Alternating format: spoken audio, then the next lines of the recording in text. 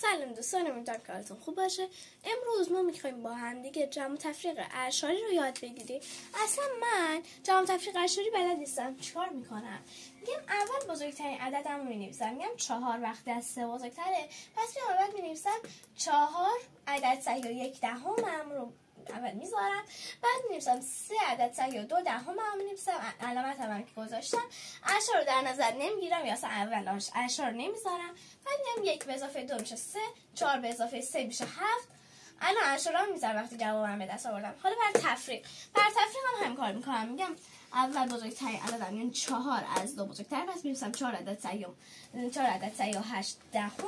بعدش هم میام علامت هم میذارم، یعنی می‌نویسم 2 عدد صحیح و 7 دهم. حالا جواب رو دست میارم، ممیز در نظر نمیگیرم. میگم از 8 تا 7 تا بردارم یکی میمونه، از 4 تا 2 تا بردارم 2 تا میمونه.